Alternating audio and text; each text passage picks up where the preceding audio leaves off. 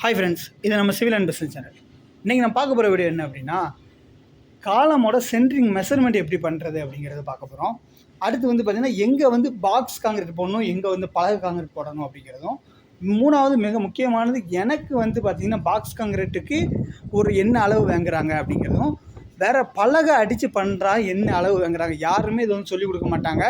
ஏன்னா ஒரு கான்ட்ராக்டுக்காரருக்கும் ஒரு வீட்டுக்காரன் கிளைண்ட்டுக்கும் அளவு வித்தியாசப்படும்.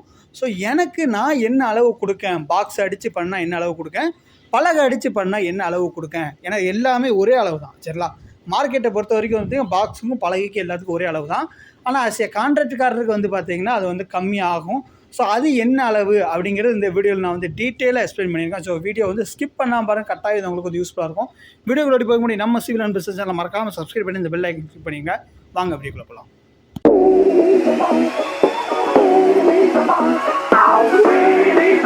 இது போர்ட்டிகோ காலம்.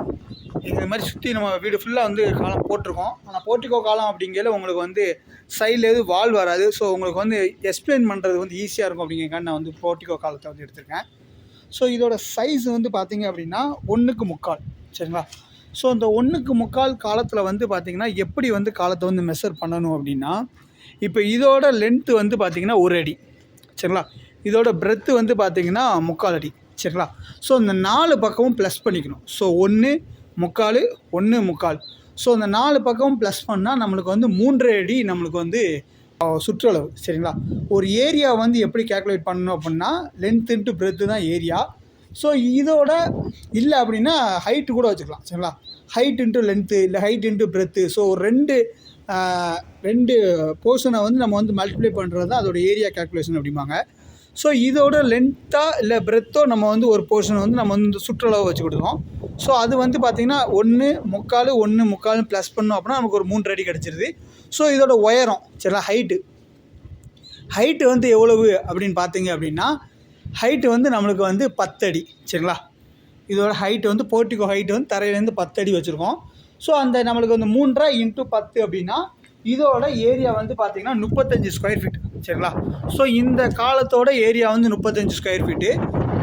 அது மாதிரி பலகைக்கும் பாக்ஸுக்கும் எங்கெங்கெல்லாம் வைக்கலாம் அப்படின்னு கேட்டிங்க அப்படின்னா, ரெண்டாவது மிக முக்கியமானது, பலகை எங்கே அடிக்கணும், பாக்ஸ் எங்கே வைக்கணும். இப்போ இது பார்த்திங்கன்னா நம்மளுக்கு பிளெயின் சர்ஃபேஸு. இந்த இடத்துல நம்ம எந்த விதமான வால் எதுவுமே கெட்ட போகிறது இல்லை. ஸோ இந்த இடத்துல நம்ம பலகை அடித்தோம் அப்படின்னா அதோட ஃபினிஷிங் லுக் இருக்காது. ஸோ இந்த இடத்துல நம்ம பாக்ஸ் வைக்கணும். ஸோ அதில் நம்ம பாக்ஸு வச்சு பண்ணோம் அப்படின்னா, ஒன்று பார்த்திங்கன்னா இதோட டிஸ்டன்ஸ், இப்போ இதுக்கான ஸ்பேஸிங் 16 அடி. ஸோ அந்த 16 அடி நம்ம ஷூ மார்க்கிங் பண்ணியிருக்கோம். ஸோ அந்த 16 அடி இருக்கா அப்படிங்கிறத பாக்ஸில் செக் பண்ணிக்கலாம். அது மாதிரி இதோட இதையும் செக் பண்ணிக்கலாம். இன்னொன்று பார்த்திங்கன்னா பலகை பார்த்திங்கன்னா அங்கே இங்கேயும் சாயறதுக்கான வாய்ப்பு இருக்குது. ஸோ இந்த மாதிரி சர்ப்ரைஸுக்கு பார்த்திங்கன்னா நம்ம பாக்ஸ் அடித்து தான் வைக்கணும். ஸோ இப்போ பலகை எங்கே அடிக்கலாம் அப்படின்னு கேட்டிங்க அப்படின்னா, ஸோ அந்த மாதிரி பேஸ்மெண்ட்டுக்கு. சரிங்களா? இப்போது இந்த காலத்துக்கு பார்த்திங்கன்னா பேஸ்மெண்ட் இல்லை. ஏன்னா இது நம்ம கீழே இருந்து கொண்டு வந்திருக்கோம். இது பார்த்திங்கன்னா பேஸ்மெண்ட்டு.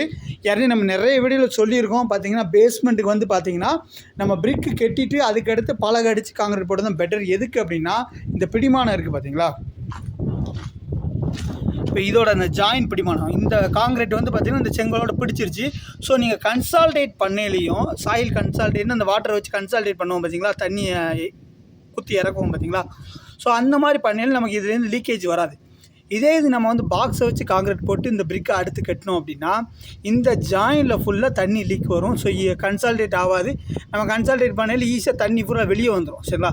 ஸோ அதனால் நம்ம என்ன பண்ணலாம்னா, இந்த மாதிரி இடத்துல நம்ம பேஸ்மெண்ட்டுக்கு போட போகிறோம் அப்படின்னா, ஸோ இதில் பார்த்திங்கன்னா இந்த பிரிக்கை கட்டிட்டு இந்த பிரிக்கோட பலகையை அடித்து நம்ம டைப் பண்ணி நம்ம இந்த இடத்த காங்கிரீட் போட்டோம். ஒரு சிமெண்ட்டை ஊற்றி, சிமெண்ட் பாலுமாங்க.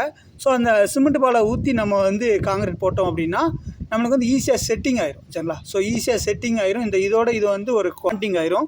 ஸோ இதனால் பார்த்திங்கன்னா கன்சால்டேட் ஆகல, தண்ணி லீக் ஆகாது.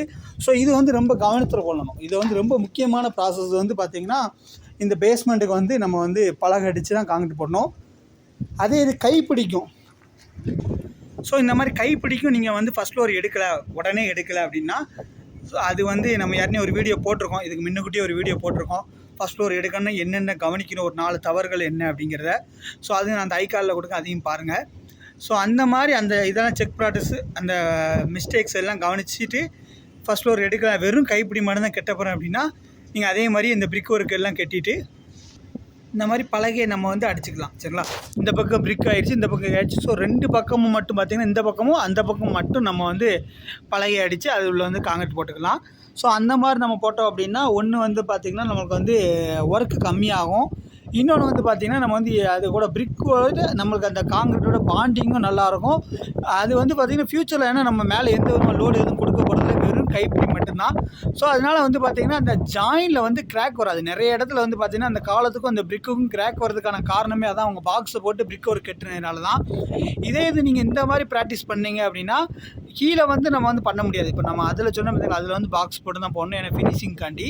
இந்த மாதிரி இடத்துல நம்ம வந்து பலகை அடித்து பண்ணோம் அப்படின்னா நம்மளுக்கு வந்து பார்த்திங்கன்னா அந்த வெயிலால் வரது அந்த ஜாயின் கிராக் வந்து பார்த்திங்கன்னா வராது. சரிங்களா, அந்த பிடிமானம் வந்துடும். ஸோ அதையும் நிறைய முறைகள் இருக்குது. ஸோ அதைப்படி கரெக்டாக ஃபாலோ பண்ணோம் அப்படின்னா இந்த மாதிரி ஜாயின் கிராக் வராது. ஸோ அதில் ஒரு மெத்தடு வந்து பார்த்திங்கன்னா இந்த பலகை அடித்து பண்ணுறதும். பலகைக்கும் பாக்ஸுக்கும் ஒரே ரேட்டு தானா அப்படிங்கிற மாதிரி நிறைய பேர் கேட்காங்க. ஸோ 2க்கும் வந்து பார்த்திங்கன்னா ரேட்டு ஒன்று தான். ஆனால் நான் இன்ட்ரோவில் சொன்ன மாதிரி கான்ட்ராக்டுக்காரருக்கு வந்து கம்மி பண்ணி கொடுப்பாங்க. ஸோ எதுக்கு அப்படின்னா நமக்கு வந்து அதோட வேலை என்ன அப்படிங்கிறது நமக்கு தெரியும். ஒரு பலகை அடித்து பண்ணுறதுக்கான ஒரு வேலை என்ன, ஒரு பாக்ஸை மாட்டி பண்ணுறதுக்கான வேலை என்ன, அவுட்டன் என்ன, ஸோ அதுக்கான சேலரி எவ்வளவு, ஸோ அதுக்கு வந்து எவ்வளோ லேபர்ஸ் வரும் அப்படிங்கிற கேல்குலேஷன் நமக்கு தெரியும். ஸோ அதனால நமக்கு வந்து பார்த்திங்கன்னா அதுக்கு ஒரு அளவு இதுக்கு ஒரு அளவு போட்டு கொடுப்பாங்க. அஸ் எ கிளைண்ட்டாக நீங்கள் இருந்தீங்க அப்படின்னா ஸோ அது வந்து உங்களுக்கு தெரியாது. ஆனால் நீங்கள் வந்து ரெக்வெஸ்ட் பண்ணலாம். சரிங்களா, நம்ம வந்து என்னென்னா நம்ம அவங்க பார்க்குற வேலைக்கான கூலியை தான் நம்ம கொடுக்கோம். அந்த வேலைக்கான கூலியை தான் நம்ம வந்து கன்சிடர் பண்ணி கொடுக்கோம். ஆனால் மார்க்கெட்டில் வந்து பார்த்திங்கன்னா இந்த அளவு கிடையாது. அதை நான் உங்கள்கிட்ட ஓப்பனாக சொல்லியிருந்தேன். எந்த சென்ட்ரிங்காரும் இதை வாங்க மாட்டாங்க. எல்லாத்துக்கும் ஒரே அளவு தான். நீங்கள் பாக்ஸ் பண்ணாலும் சரி, பலகை பண்ணாலும் சரி, பலகையிட்டு அடித்து காங்கிரீட் போட்டாலும் சரி, ஒரே அளவு தான். ஆனால் இது உங்களுக்கு நான் அந்த ட்ரிக் என்னங்கிறத சொல்கிறேன். இப்போ வந்து பார்த்திங்கன்னா இதில் வந்து இந்த சைடும் பிரிக் வந்துடுது, ஸோ அந்த சைடும் பிரிக் வந்துடுது. இந்த சைடு மட்டும்தான் பலகை, அதே மாதிரி அந்த சைடு மட்டும்தான் பலகை அடிப்பாங்க. ஸோ அவங்களுக்கு வந்து பார்த்திங்கன்னா 4 சைடும் பாக்ஸ் மாட்டுறதுக்கான தேவையில்லை, பாக்ஸோட 2 தேவையில்லை, இல்லை அவங்க ஓன் பாக்ஸாக இருந்தாலும். ஸோ அதோட ஒர்க்கு வந்து கம்மி தான் பலகை அடித்து பண்ணுறது. ஏன்னா இந்த சைடு ஒரு ஆணி அடித்து, இந்த சைடு ஒரு பலகை, அந்த சைடு ஒரு பலகை அடித்து, உள்ளே வந்து கம்பி சிரப்ஸ் எல்லாமே அதே வேலை தான். ஸோ இதனால் அவங்களோட ஒர்க்கு வந்து கம்மி அப்படிங்கிறதுனால வந்து பார்த்திங்கன்னா இதுக்கு வந்து பார்த்திங்கன்னா 3 அளவு தான் நான் கொடுப்பேன். சரிங்களா, இது வந்து நான் கொடுக்கறது தான். எந்த சென்ட்ரிங்காரனும் வாங்குவாங்க, இதுதான் மெஷர்மெண்ட்டு நான் சொல்ல. நம்ம கொடுக்குறது வந்து பார்த்திங்கன்னா பலகை அடித்து பண்ணுறதா இருந்தால் 3 அளவு தான் கொடுப்போம். இதே இது பாக்ஸ் மாட்டி பண்ணுறதா இருந்தால் 4 அளவு கொடுப்போம். ஸோ இதை வந்து நீங்கள் வந்து ரெக்வெஸ்ட்டாக கேட்கலாம். இதுதான் அளவு அப்படிங்கிற மாதிரி கிடையாது.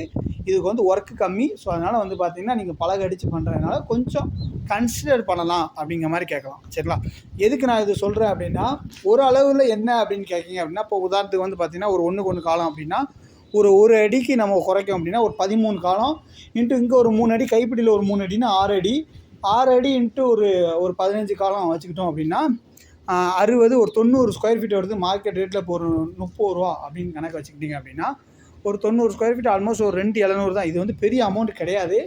இருந்தாலும் நீங்கள் வந்து ஏன்னா நீங்கள் தான் டைமு எஃபர்ட்டு எல்லாமே நீங்கள் தான் ஒரு கான்ட்ராக்டாக கொடுக்கீங்க. கான்ட்ராக்டரை கொடுக்காம நீங்கள் ஓனாக பண்ணுறீங்கன்னா உங்களுக்கான டைமு எஃபோர்ட்டு எல்லாமே இருக்குது. ஸோ அதில் உங்களுக்கு ஒரு சம்பளமாக வந்து நின்றுக்கணும். சரிங்களா, இதுதான் இது வந்து பார்த்திங்கன்னா ஒரு சின்ன ஒரு டிப் தான். இந்த மாதிரி ஏகப்பட்ட விஷயங்கள் இருக்குது. கன்ஸ்ட்ரக்ஷனை பொறுத்த வரைக்கும் பார்த்திங்கன்னா சென்ட்ரிங்கில், பிரிக்கில் ஏகப்பட்ட விஷயங்கள் இருக்குது. இப்போ என்னோடய ப்ராஃபிட் வந்து பார்த்திங்கன்னா அந்த 2,700 தான். சரிங்களா, ஸோ அந்த 3000 2,700 என்னோடய ப்ராஃபிட் எனக்கு உள்ள சம்பளமாக அது வந்துடுது. ஸோ இந்த மாதிரி ஒவ்வொரு விஷயங்களும் நிறைய நுணுக்கங்கள் இருக்குது. சரிங்களா, ஸோ அந்த நுணுக்கங்கள் எல்லாம் வந்து பார்த்திங்கன்னா அஸ் இன்ஜினியராக ஒரு கான்ட்ராக்ட்காரர்களுக்கு தெரியும், ஓனாக கட்டுறவங்களுக்கு தெரியாது. ஸோ அதனால் வந்து பார்த்திங்கன்னா நிறைய லாஸஸ் வரதுக்கு வாய்ப்பு இருக்குது. கடைசி நீங்கள் வந்து டோட்டல் காஸ்ட்டை வந்து நீங்கள் வந்து டேலி பண்ணி பார்த்தீங்கன்னா ஒரு கான்ட்ராக்ட்காரரோ ஒரு இன்ஜினியரோ உங்களுக்கு கொடுத்த கொட்டேஷன் கட்டில் அதிகமாக தான் இருக்கும். ப்ளஸ் உங்களோட டைமும் எஃபோர்ட்டும் வந்து பார்த்திங்கன்னா இதில் வந்து லூஸ் ஆகிருக்கும். சரிங்களா, ஸோ இதெல்லாம் நீங்கள் வந்து பார்த்துக்கணும். சரிங்களா, முன்னக்கூட்டியே கவனிச்சுக்கணும்.